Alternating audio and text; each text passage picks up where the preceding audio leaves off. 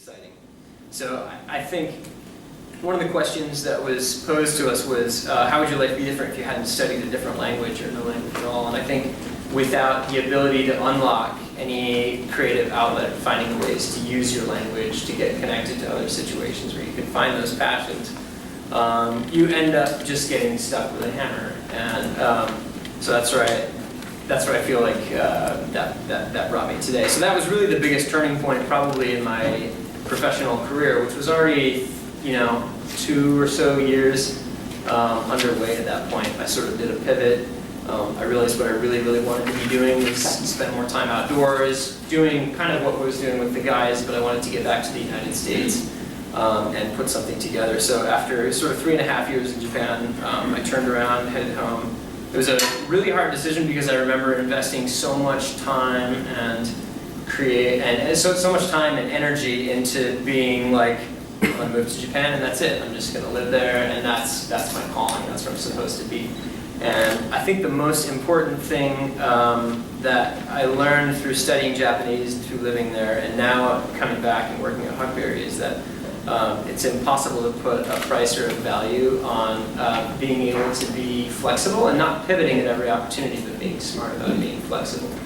And understanding that language is not, again, like I said, a singular tool, but an arrow in a quiver. It's an arrow in a collection of arrows that you're using. So we're not sitting here asking you guys, oh, you have to have a double major so people want to hire you. No, you have to find other creative passions to stoke while you're studying Japanese, because Japanese will unlock something, but these other passions will ultimately get your foot in the door and create new opportunities as you move further back, or move further forward, excuse me. So, and I think, I wish I'd brought photographs to put up from the book, but yeah, at the end of the day, it's something that's really important to me because the book wasn't monetary. We tried selling it. It wasn't this like successful thing, but to me, I'm able to hold it up as sort of an example of what your life can be through language, giving you a glimpse to the true side of a language, the true side of a country and a culture, which was really exciting to me because it extended far outside the workplace and outside the controlled communities. To kind of go back to like the diver's analogy, when you learn to dive, you spend it first on dry land and they put you in all your gear and it's really awkward. And then they put you in a pool and it's even more awkward because you're completely constrained and claustrophobic. And to me, the pool scenario is a lot like what happens in the classroom right now. You're not really sure what to expect once you're out in the ocean. You just know that the classroom is sort of this confined reality. Once you do get out into the ocean, you're outside the controlled environment of the JSL book. I don't know if any uses the JSL. It's JSL. Yeah, that book.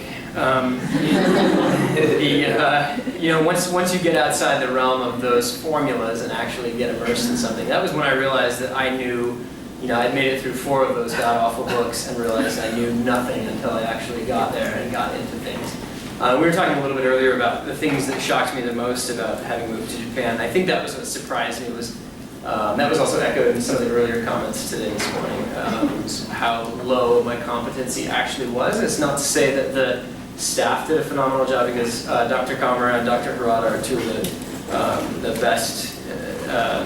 best advisors I've ever had in educational capacity and also in like the life and career capacity.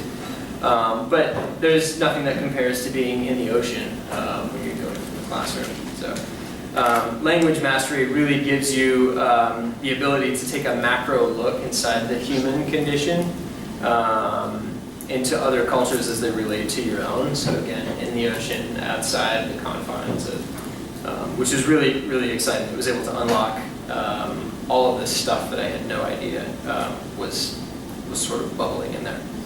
So. Going into a career field of communications, for me, this is more sort of the business realm. Kind of like what I've been saying, it really is all about versatility. So we're looking for arrow quiver, not sword and shield. And I think, like I said, my approach to Japanese was very much sword and shield before I actually got to Japan and realized what life could be by using language.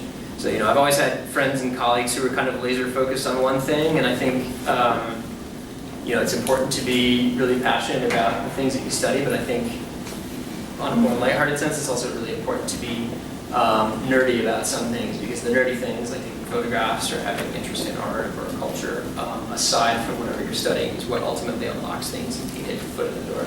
Because at some point in your career, if you're nerdy about something, you'll have a chance. They'll say, hey, isn't he really good at X, Y, or Z? Or hey, he takes photos, or hey, he knows a lot about social media, or something like that. And at that point, regardless of what your Japanese ability will be, this was also echoed earlier this morning, but your Japanese ability will help get you through the company.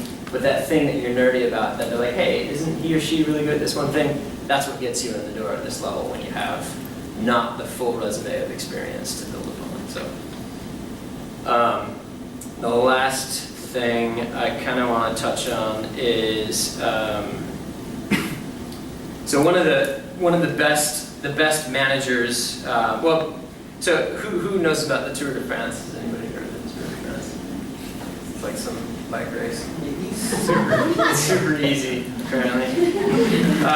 It's 3 weeks of racing. It's over 2,000 miles. It's not just the hardest bike race in the world. They say it's the hardest. It's the hardest, just like physical endurance event in the world. It's gnarly. And does anybody know kind of what type of rider usually wins the Tour de France? Ones who take them. Yeah. I actually wrote that. But you can't cheat at language, so that analogy doesn't apply. No, it's not ones who take drugs. It was ones who take drugs.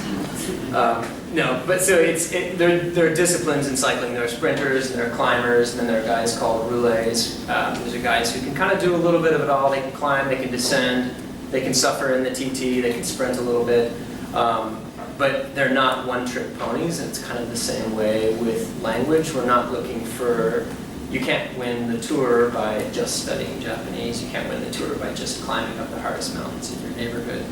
And I've always thought that's really, to me, the beauty of the sport of cycling, is that it really rewards the all-rounder, the guys who push their limits across the spectrum of the sport instead of just focusing on one discipline. It makes the sport really exciting and fun to watch.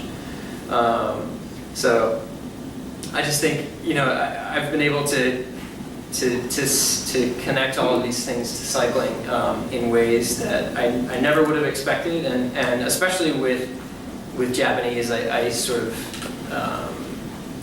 look at it as the reason that I got into cycling, and the reason that I got first into language and culture, then the reason I got into cycling, but then the reason I got into more creative pursuits, and then ultimately the reason I got into seeking the outdoors and places that we can go and feel small and feel fulfilled. And all of those things came from a study of culture and from language. And one of the best managers I've ever had, so to kind of sort of wrap this up, I wanted to talk a little bit about parts of Japanese culture that have been challenging. And I think the corporate sort of cultural environments that I worked in were really challenging because people are not so much managed. People are not managed on an individual level. The unit is managed and the unit is judged. And on one hand, it's great because I learned to work within the capacity of a unit, and you really learn to have your efforts tailored towards the results of the group, which is pretty exciting. We're not really taught to think that in the United States, so that's a pretty big adjustment. But so I don't feel like I really learned the managing skills while I was over there. When I came back, one of the first managers that I had here in the United States, he was a super humble, low-key guy.